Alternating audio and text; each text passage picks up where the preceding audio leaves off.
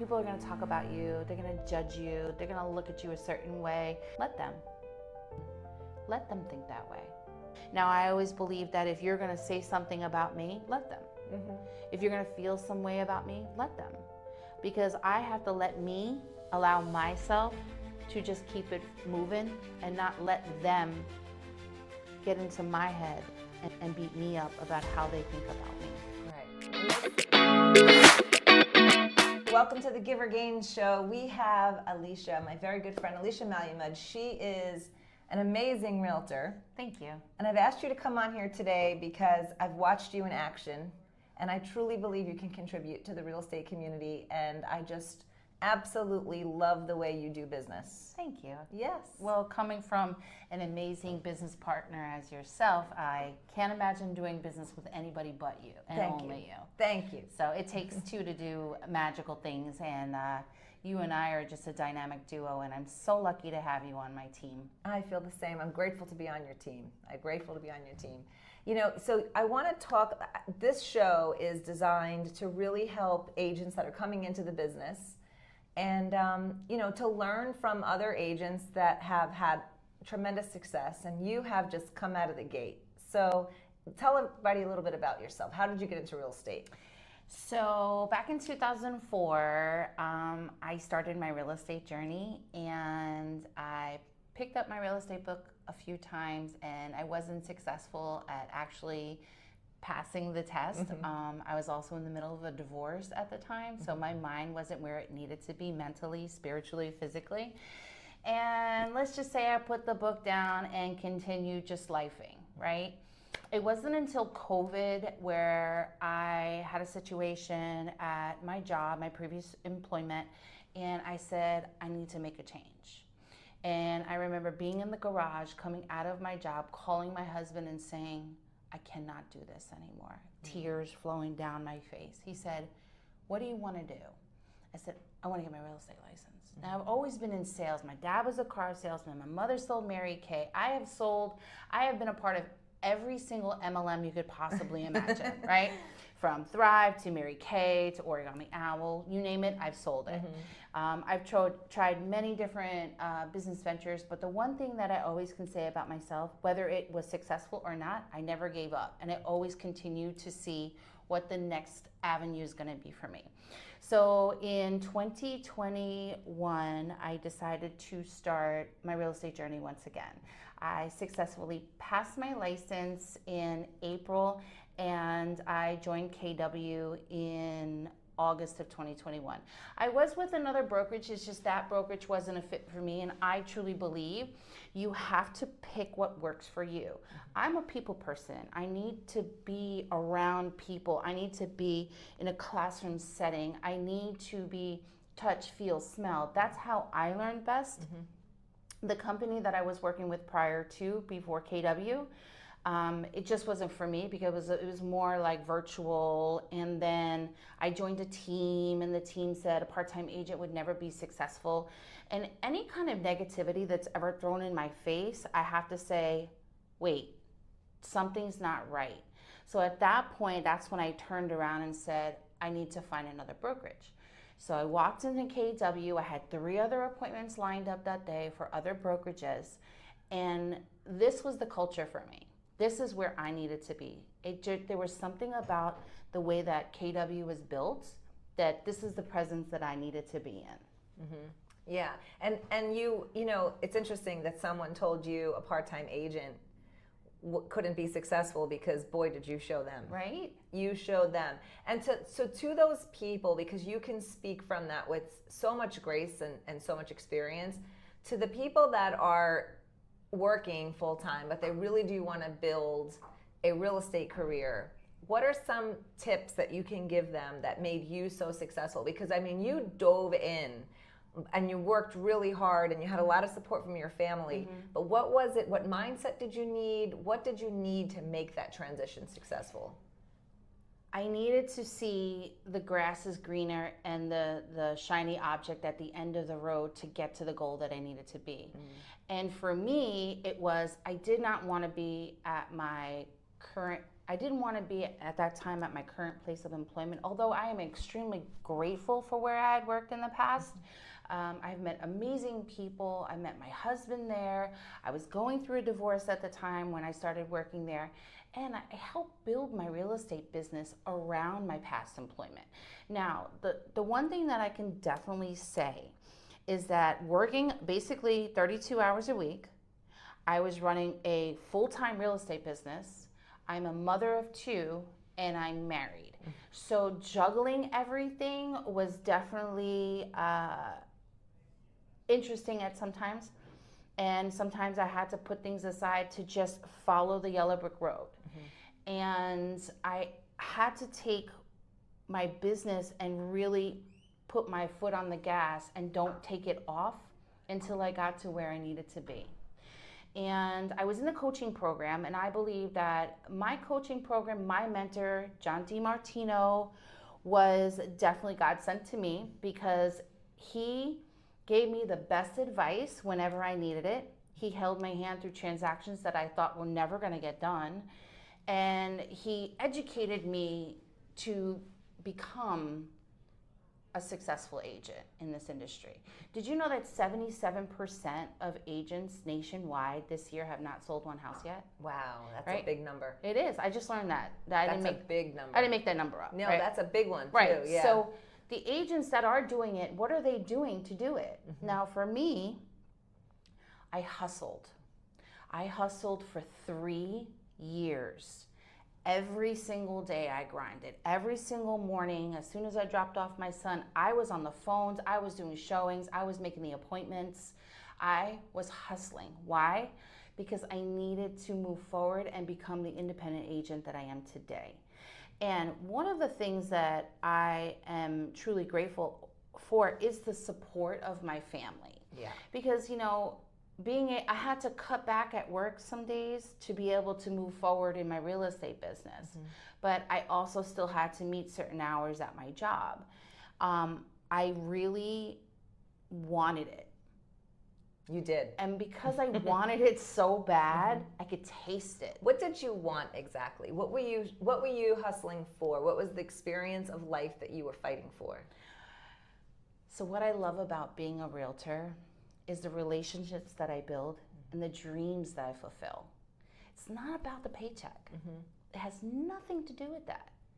It's handing over a key to a first-time home buyer. It's handing over a key to somebody who's got their retirement home.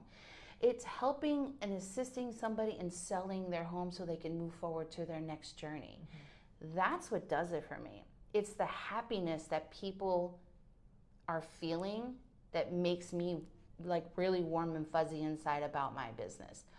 You know, if you do it for the paycheck, you're doing it for all the wrong reasons. We're not in this business to make money. We're in this business to build relationships, and the money comes along with it. That's great as well. Right. But I really love what I do.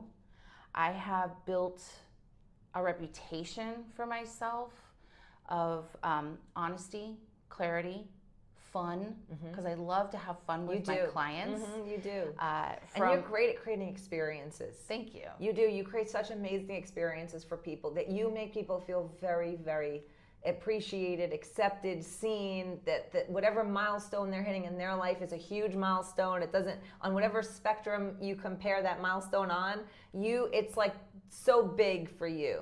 And that is a gift, Alicia. That's something to feel so proud of, because Thank you. It really is. It comes from a very good place. It comes from a very good place, because you could just close the transaction, but you don't. You make sure that they feel appreciated. So I'm going to tell you a funny story about feeling appreciated. You and I did a transaction a few years ago, and we sold a condo to a lovely couple in Devon, right? Yeah. Okay. So yesterday was our house anniversary, right? So I always send these little messages out on the anniversary of the day that they closed on their home.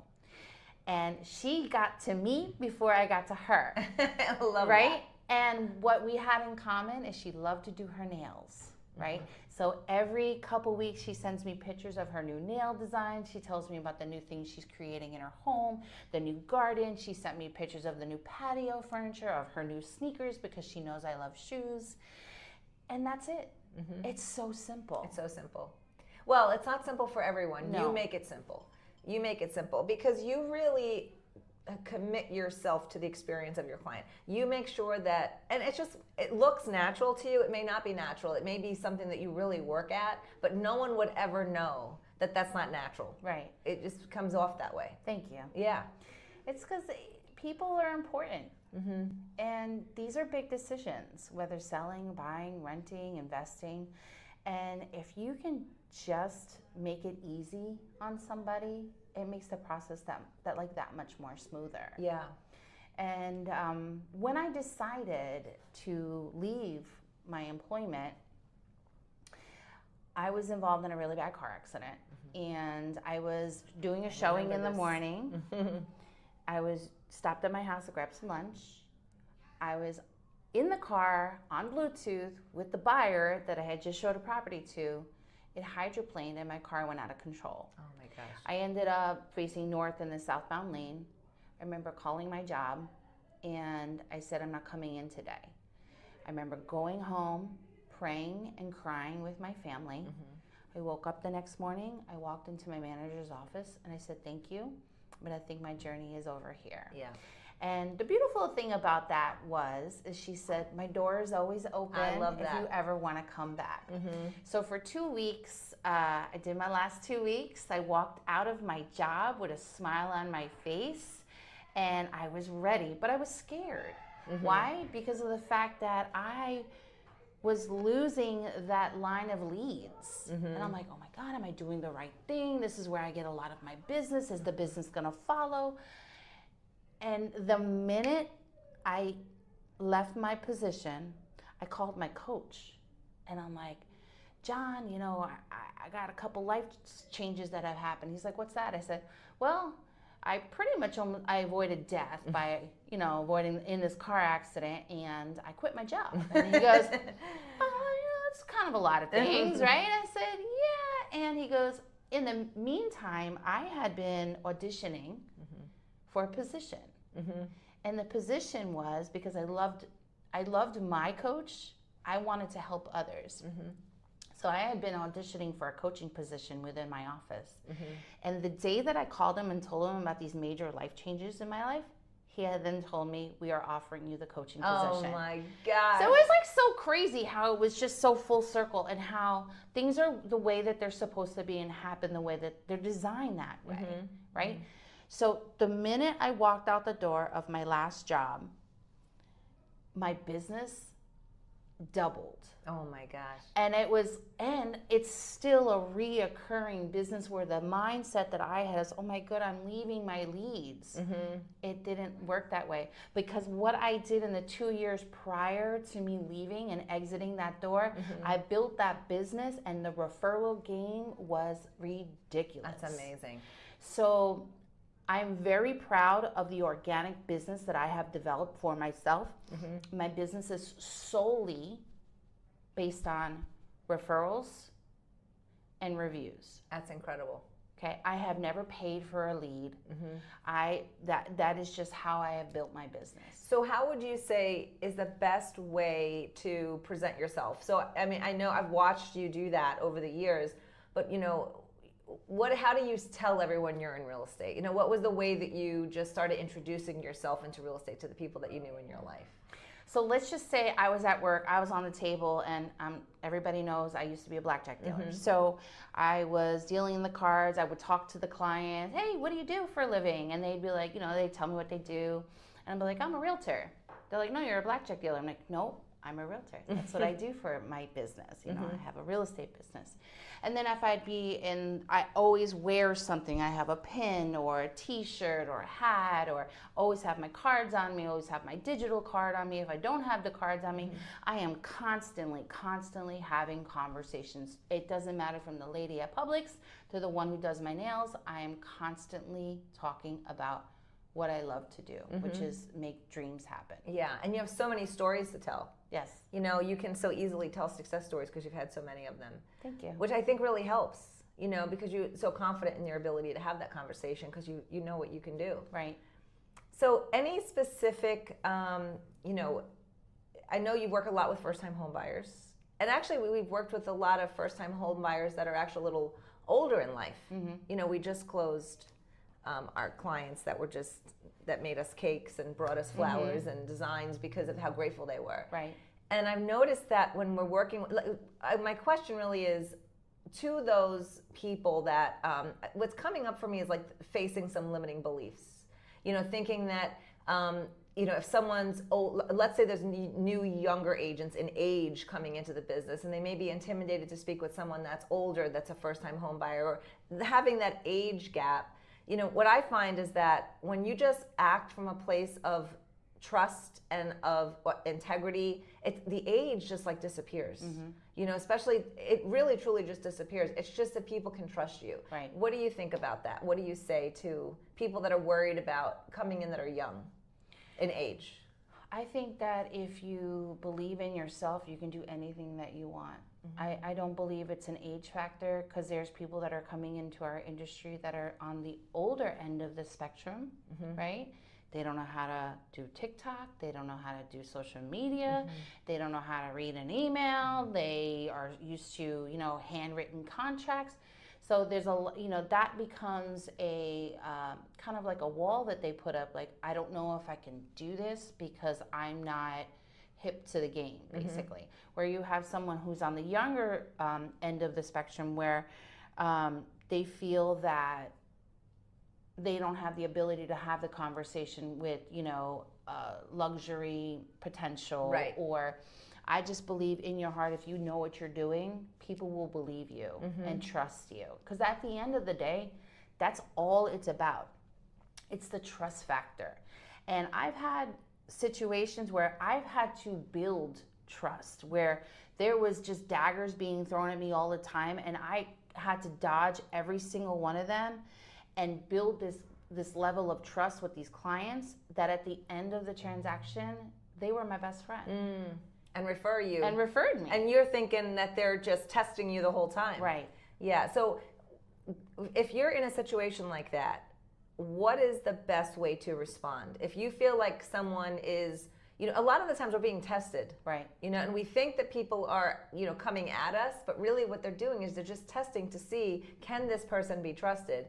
So when someone's in that situation and you feel challenged, or you feel that someone is approaching you in a way that you can't comfortably just, you have to defend yourself, how do you respond?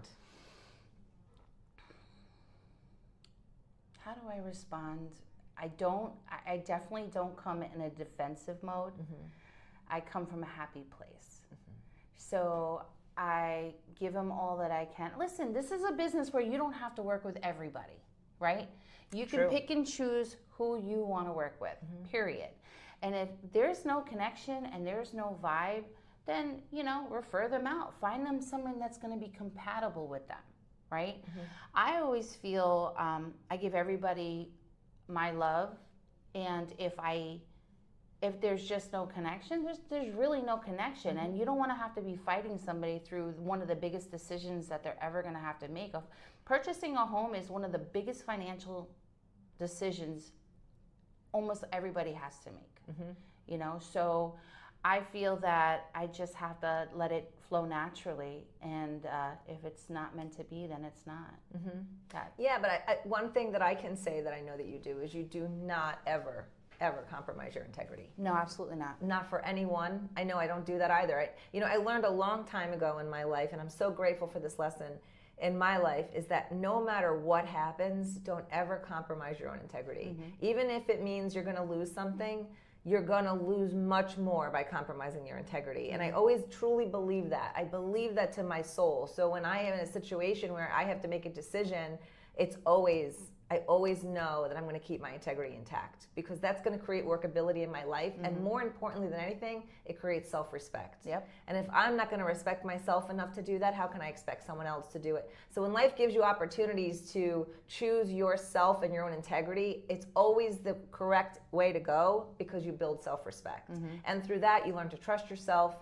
Other people learn to trust you, because they can see that you're not going to wash away just based on circumstances. You're going to continue to be full of integrity. I'm not here to sell a house. I'm here to create a lifestyle, right? I'm not here.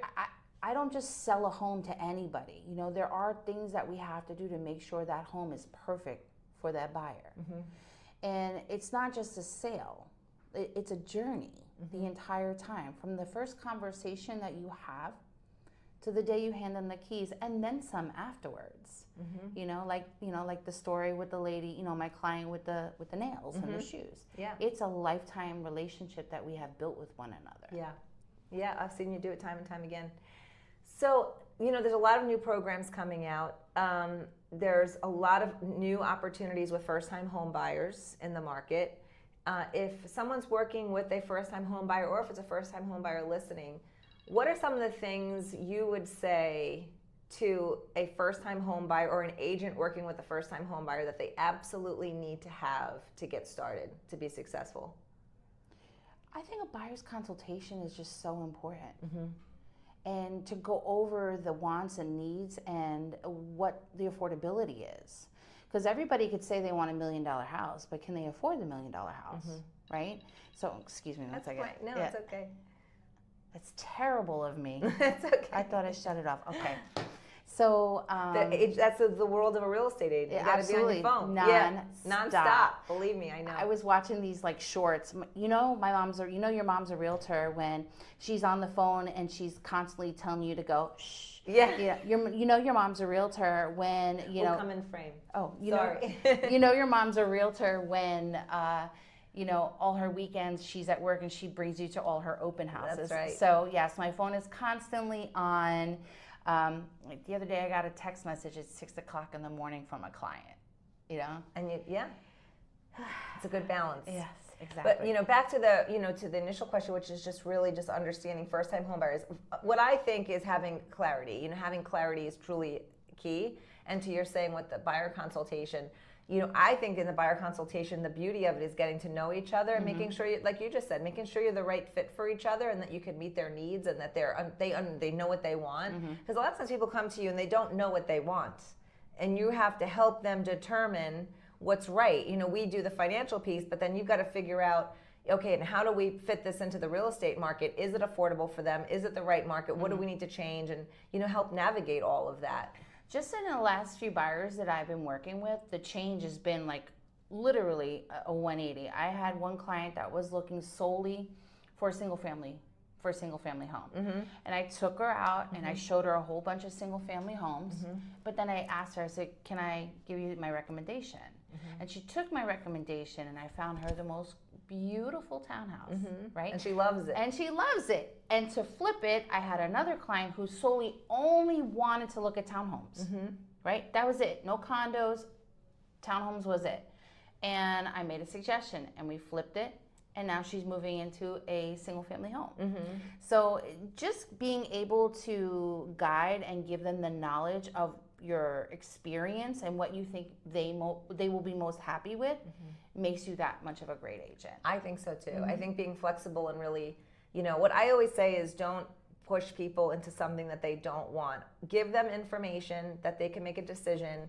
And then sometimes they decide to change because they can see, okay, well, what I initially thought may not be available or may not fit really what I want, and then they take the recommendation because you did hear them in the first place. You never push anybody into anything. You allow them to go through the process and learn for themselves and determine, okay, here's where we are, this is what we've seen, let's maybe try this and see, and it works. It works. And I think that takes courage to do that. It takes courage to be able to start somewhere and then allow people to go through that process and guide them through that, because sometimes people will back away and say that they're not listening and come at more of a combative way versus just, okay, let's just see if what you see is available or what you want is available, and then we'll walk and I'll guide you through it. Like you and I have a client that we recently closed with, and I showed them 15 condos, and then they turned around and said, all right, I'm done. I'm putting it on the shelf for a little bit. I'm not looking anymore. I said, okay. And I always made sure that I stayed in contact with them. And then like a month later, I got an email from them stating they wanted to see this specific property. So I take them to go look at the property. They absolutely love the condo. We walk in, I call the listing agent. My clients want to put in an offer. There was one offer already about to be executed and 2 more offers. waiting. And I said to my client, I said, well, this is a situation. She was very upset. She really wanted that condo. And I said, allow me to have a conversation with the listing agent, and you never know what can happen. So an hour and a half later, I get a call from the listing agent saying that the deal didn't go through, and he was allowing me to submit my offer. And what can I say? They got their keys 2 weeks ago, and they couldn't be happier. Couldn't be happier. And it was a referral, and they called that referral just to say what a blessing I was in their life. I love that. I mean, this is what it's all about. Yeah, and serving their needs. You heard them. You're a very good listener, because you heard them. They had a lot of concerns. They had very specific needs, and you let them go through the process in a supportive way. That conversation that you had with the listing agent, though, what was the basis of that? Like, how did you, I know you hit it with a smile and charm and charisma and all of that, because that's who you are, and you bring fun to the business. But what was something that you think made the difference that he called you back? Was there one thing or two things? So I asked him, I said, my clients absolutely love this condo. I said, I'm not telling you to do, and I really wish that your deal does not fall through. But in the event that it does, just give me and my clients a chance. There's the grace. So this way I can give them the opportunity. And at that point, I put the most loving email together, and we won, right? And at the end of the contract, the day that we did the final walkthrough, the listing agent was there. He pulls me aside. He goes, I couldn't have worked with more of a professional. You are amazing at what you do. And I was like, this is a guy who's been in the business for 30 years. Yeah. He's a very successful realtor. And it makes you really bow your head and say, thank you. Yeah. Sometimes we don't know that, we don't get the evidence all the time that what we're doing is working. And then all of a sudden, though, when you least expect it, you get that. And it's like, okay, it does work. We've had some situations where we've had clients that were going to basically, they weren't with us yet in our team. They were working with other loan officers. No fault to the loan officer. They just didn't give them the clarity that they needed. And both clients were about to give up. And within 30 days after they started with us, we were able to get them into homes and closed. And they were in the market for over a year prior to that. And it's just about giving the right information, creating the relationship. And sometimes, you don't know, you think your system's working, you believe your system's working, and then you see the evidence that it actually works. And when you see people shopping all that time, and then they work with you, and then they're closed within 30 days, it's like, oh, thank you for the evidence of that this actually works, and we're going to dive in even further. We're going to drive it home even more because we know it works. Yeah. So if you could look back on your real estate career, what would be some of the things you would want to be known for, remembered for, from your clients, from your family, from your colleagues? Integrity, love, fun. I want to leave my legacy. Funny we say that. My son right now is in real estate school, so I'm so excited for the next chapter of my real estate business. Oh, wow.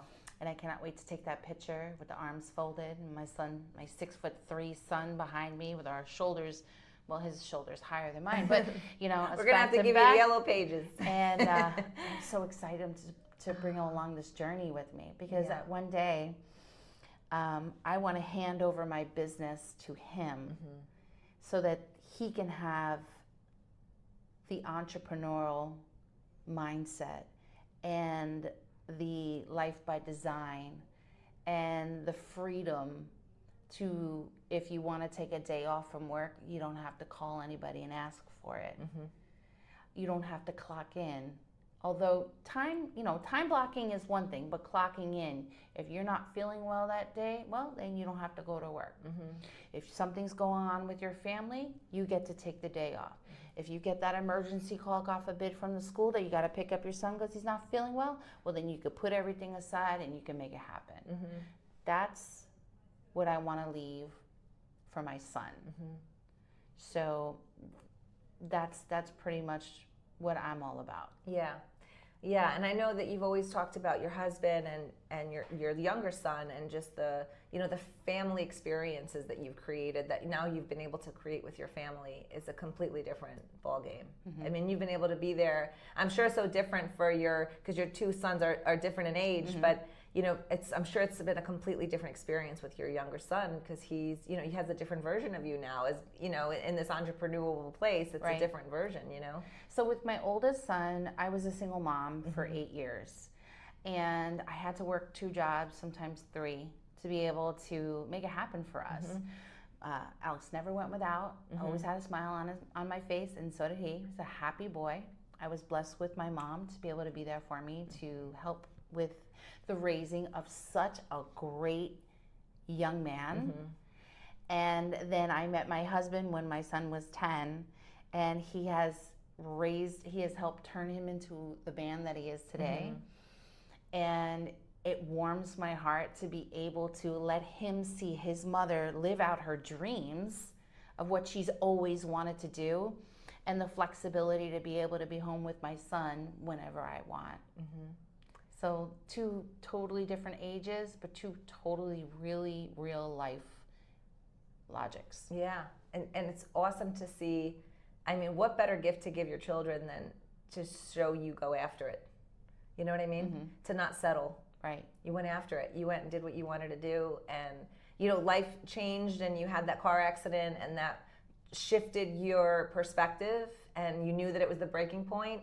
Sometimes we get those little knocks. Thank God, you know, you were okay, and that was just a knock, though. Really, it was just time. Yes. So I'm grateful that you keep listening to those knocks, and that you're doing so well, because you're an absolute gift to the business. Thank you. And to everyone you coach and all the people you work with. Thank you for being on the Giver's Gain show. We appreciate you. Thank you for inviting me. Oh, my pleasure. Yay. Thanks, Alicia. Good about us. Correct. What do you think? Because I mean, you have a tremendous amount of confidence. I mean, you walk with such confidence. So where does that come from?